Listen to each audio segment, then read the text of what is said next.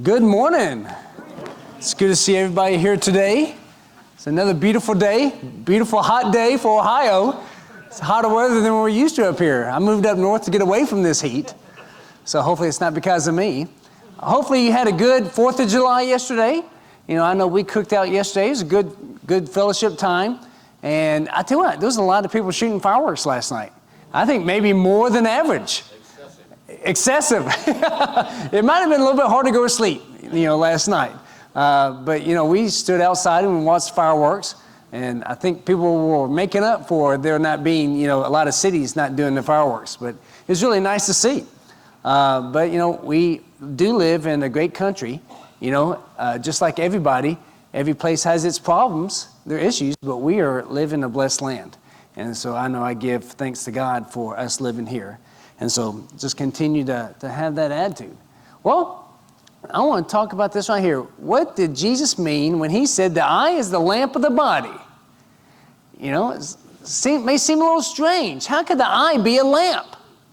Right? Seems a little strange to us sometimes to hear that. Well, before we get into this, I want to bring everybody's attention real quick to Mason. Mason's here today. Baptized him just a little while ago. You stand up real quick, Mason. So, good. Thanks. So you can get to know him more later from a distance. And so he'll be coming to church here. So just encourage him. He's going to Wright State this fall. So it's so glad to have you here today. And so this idea of leading the blind, if you're going to lead the blind, then you need to be able to know that you know where you're going, for sure. Well, I'm just going to have a little dramatization real quick. I'm going to pretend to be a blind person, okay? I'm going to walk you through a little episode that I've thought out, okay? I like drama, acting out. So I'm going to be a blind person, close my eyes here. So this is going to be in the morning. Okay, all right, I'm ready to go visit my friend at the restaurant, and I'm going to do everything on my own today. I called the social service, and they're going to send someone to help me to go to this restaurant. I got my clothes laid out, so I'm pretty excited. So I'm going to put my clothes on. I hope everything's okay, because I can't see anything. But maybe the person who picks me up, he can help me out with it a little bit. Okay, so I got dressed, and there's the doorbell. I go there, and hello. So you're here. So I'm so glad that you're here, that you're going to help me to visit my friend at the restaurant. I'm so proud. I'm going to do this on my own today, and I'm so glad you're able to help. Okay, yeah, I'll follow your instruction the whole way. Don't worry about that. How do I look?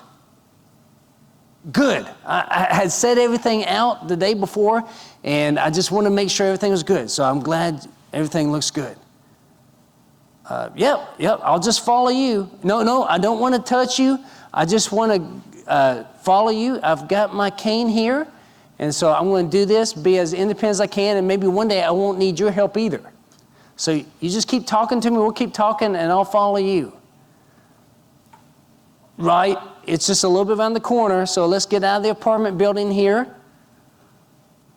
Oh, yeah, that's my neighbor, Mr. Roberts. Hey, Mr. Roberts, good seeing you. Okay. All right, well, did it sound like he was laughing at me a little bit? No? Oh, okay. Now, all right, we're outside. It's just a couple of blocks down. So glad that you're here with me. It's good to be outside. Okay, good. Thank you so much for helping me. Yeah, we're getting close. I hear other people laughing.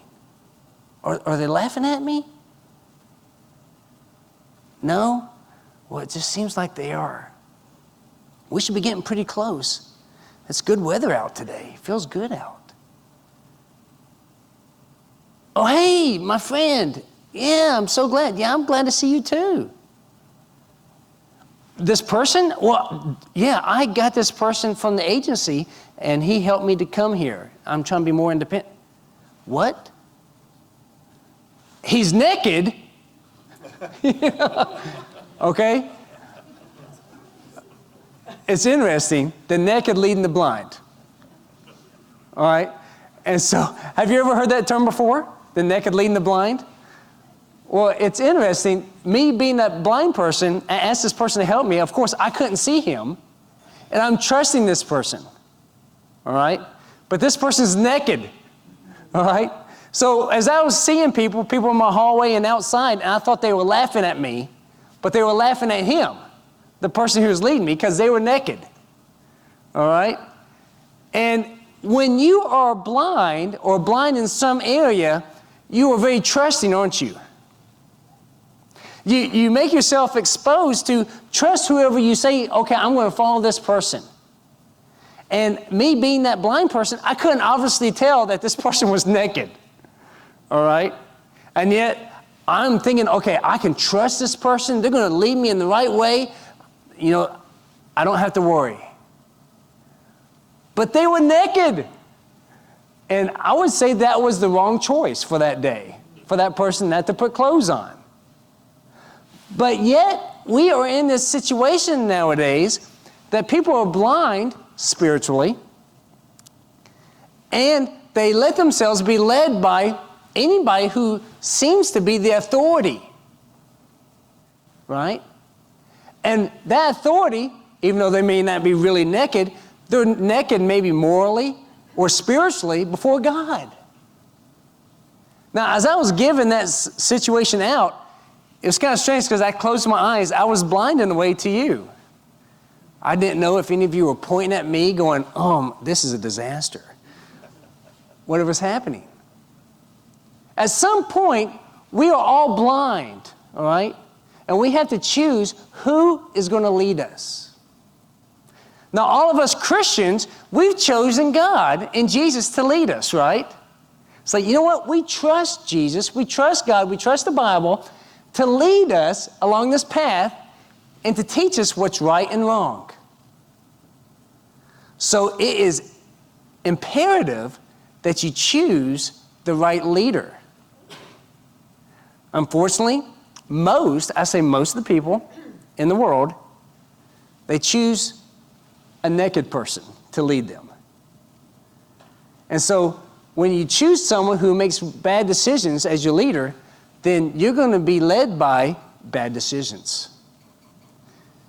And I think we see that no matter whatever you believe, people that are not Christians are going to be making bad decisions. Now for us, hopefully we're not that way. Now this is the poster, you know I like to show visual aids of the naked leading the blind. That's about the best appropriate I could show you right there. All right. And so, but all of us though, that are of age, we see. It's true. Whether it's at 12 or whenever it is, 15, whenever it is when you become of age, you see. You can't say, well, I can't see. No, you see. All of you that are of age. Now, you young people, you're still not of age of accountability yet. You haven't come to that time. And you depend on your parents and your guardians, people that lead you. But for all of us adults, we can't use blindness as an excuse.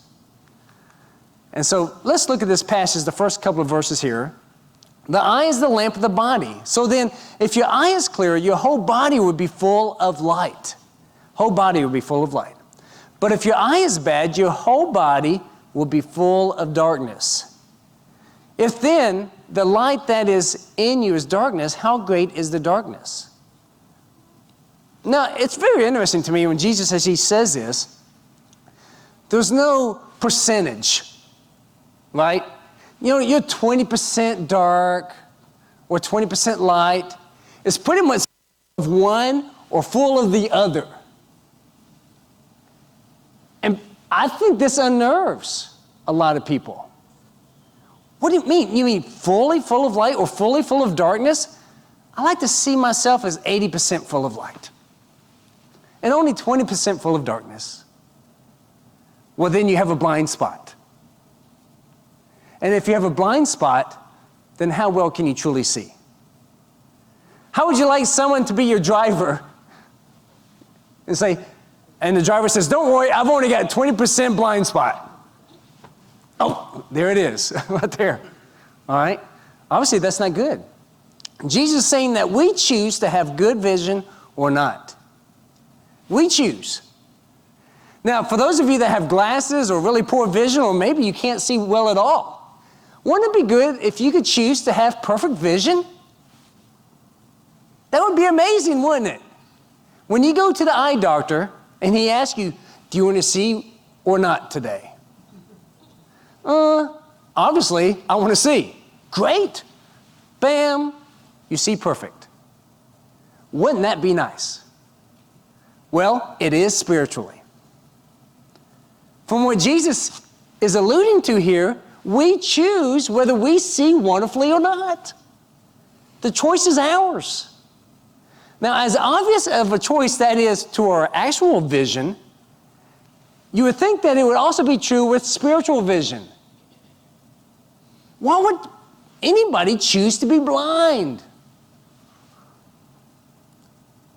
Well, it's not sold that way, is it? It's not sold that way. Proverbs chapter 1, verses 14 through 16 says, "Throw in your lot with us." This is wisdom speaking here. "We shall all have one purse, be joined together. My son, do not walk in the way with them. Keep your feet from their path," talking about evil. "For their feet run to evil, and they hasten to shed blood."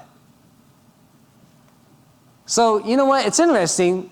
The Old Testament and New Testament agree that we choose.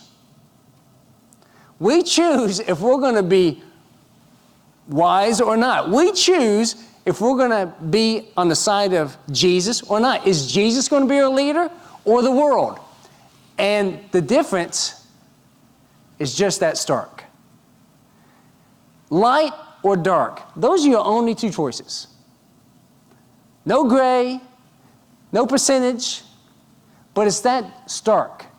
And so I want to read this whole passage now with verse 24. And verse 24 is its own lesson, but Jesus did say it right after verses 22 and 23, and so there's a reason for it. So the eye is the lamp of the body. So then if your eye is clear, your whole body will be full of light. But if your eye is bad, your whole body will be full of darkness. If then the light that is in you is darkness, how great is the darkness? No one can serve two masters, for either he will hate the one and love the other, or he will be devoted to one and despise the other. You cannot serve God and wealth. All right? The God and wealth aspect is something I want to focus on another time. So this is obviously a stark comparison here. And as Jesus, he's talking to the multitudes, once again, he's speaking to a crowd here. And I imagine this offends some people. Because doesn't it beg the question to every person who listens to this from Jesus? Do I see or not? Would Jesus consider me someone who sees light or someone who is full of darkness? Now, it's interesting. People who are actually full of darkness, they don't consider themselves full of darkness. Who considers themselves full of darkness? I don't think anybody. I don't think anybody ever considers themselves full of darkness. They say, well, you know, you just didn't know the way I was raised. You don't know where I came from. You don't know my experiences. See how you are if you went through my life. That's what they say a lot of times. They always give themselves the benefit of the doubt. So we have to be careful. Do we simply give ourselves the benefit of the doubt? So the eye of light or eye of darkness, okay? And no, you can't have one eye light and one eye darkness. Your eyes are either light or darkness, okay? You see well spiritually or you don't. So the eye of light, your eyes, maybe what you read, what you hear, pretty much everything that you take in is your eyes. That's what depends whether it's light or darkness. The movies you watch, the music you listen to, the friends that you hang out with. Have you ever had that friend that maybe you thought, you know, I know they're a bad influence on me. I know they're a bad influence on me. But yet, I think it's okay. And then you find yourself saying some things that you normally wouldn't have said, watching some things that normally you'd be a little embarrassed to watch in front of your parents. Now, if you're embarrassed to watch something in front of your parents, then how would you to watch it with Jesus? I think this is key. This is something that I have to work on myself. There's so much media out there, so many good shows, right? We have to be careful what we take in because it corrupts us. It corrupts us. I know with my woodworking tools, it's pure cast iron, right? I mean, it's great. And if I sweat on it, a drop of sweat, you know how fast it starts rusting? Immediately. Immediately, I had to wipe it off and get a pad and get the rust off immediately. That's how fast it takes for you to be corrupted with evil, with darkness. It is immediate. You can't play with it. And that's why Jesus does this comparison, full of light, full of darkness. You don't play with it. And he wants you to be aware. So when you are dark, you are easily led. When you are blind, you are so easily led, and you can be led by someone who is really embarrassing. I can't believe I'm allowing myself to be led by this person. You see people on the news doing things that are horrible.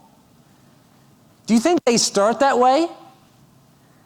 They leave kindergarten going, yep, that's the path I'm going to go on. No, they don't. They get led down that path. Slowly and slowly, and one day they find themselves doing horrible things. We need to make sure that we're not being led by naked people. People that should be ashamed of the way they are. And yet, sometimes we let ourselves be led by them, to be led astray. So we need to make this decision, because what you watch, you're allowing to lead your thoughts, okay? What comes into your mind is in there. You can't whitewash your mind. The things you hear, the things you see is there, and it influences you. We need to be wise. And understand that these things can take over. So Jesus makes us about one of two masters, period. One of two masters. You can't serve both. You choose one, and you die to the other. Now, you think you can go back and forth? If you say to one person, you are leading me down the wrong path, I never want to see you again. You think you can come back to that person and say, hey, how's it going? No. It's not easily done. We need to be aware. We need to be aware. And it's amazing how I here has so much impact on the rest of our life. Now, if you have gone blind, or if you are getting worse in sight, do you think about the times when you saw really good, physically, right? The things you could do before. Now, this happens to people spiritually as well. As people slowly get led away from morality and what's right, I believe God gives them insight of how it used to be for them. And there's chances for us as Christians to reach out to them of how it should be. Well, Luke talks about this as well, and he puts a different spin on it a little bit. Let's read Luke's account. So no one, after lighting a lamp, puts it away in a cellar, nor under a basket. No. But on the lampstand, so that those who enter may see the light. The eye is the lamp of your body. When your eye is clear, your whole body also is full of light. But when it is bad, your whole body is also full of darkness. Then watch out that the light is in you is not darkness. If therefore your whole body is full of light with no dark part in it, it will be wholly illumined, as when the lamp illumines you with its rays. Okay? He says the same thing, but it's got a little bit of a different twist to it, doesn't it? That be clear that you are not the light, but Jesus is the light. Okay? Yes, so you choose whether to focus on the right or darkness, right or wrong, light or darkness. You choose. But then that comes inside of you. that comes inside of you and takes over your life because you give it that choice. And so the light is put within us, which I love this aspect. You know, when you get have you ever got a bulb that kind of disappointed you? It wasn't as bright as before. Do you blame the lamp? No, you blame, you know, it's a bad bulb. It's a bad light. All right? We need to make sure that what we put inside of us is a good, pure light of Jesus. So we are blessed, aren't we, to be a lampstand. I am blessed that I can show Jesus in me and that those rays can come from me. That's what it says, that, and when the lamp illumines you with its rays, that we can bless others. But we choose whether we're going to be able to have our house, this temple, to be well lit or not. Could you imagine your body's a temple being dark and you don't know what needs attention, what's not? Have you ever tried cleaning your house during a power outage? I hope not. I don't even think that thought would even come to you. You know what? The lights are out. I can't see anything. I'm going to clean the house. It's a perfect time to do it. It makes no sense. You can't even see where the dust is. You're probably going to break at least 3 toes. All right? Because you're going to be stumbling everywhere. Now, it's a blessing for those of us that have the light of Jesus that we don't stumble anymore. Or hopefully not near as often. But truly, we shouldn't be stumbling over the world's tricks anymore. We just shouldn't. So why ever dim the light that's in you? That's the question I have for us Christians. Why would you ever dim your light? There should be no good reason to dim the light. But yet we do that sometimes. We watch something, we listen to some things, we have some friends. Now, there is an outreach, okay? I understand that. There's outreach that we do to people that are non-Christians. But they shouldn't be our confidants. They shouldn't be in our inner circle, okay? That's the difference. We have associates, you know, we have some friends, but our close friends, our tight circles should not be people outside of our faith. Because you're falling into a trap of them influencing you. And almost always, bad influence is good, much more than good influence is bad. It's much easier to tear down than it is to build up. It takes a lifetime to build up a good reputation. It takes a moment to tear it down, okay? I can give you lots of examples. So this is us right here. We're a lampstand. Why would you put a shade on it? Why do you put a shade on it? So it's not glaring, right? Because when you look at it, it's too bright. But for us as Christians, we don't need to put a lamp shade on ourselves.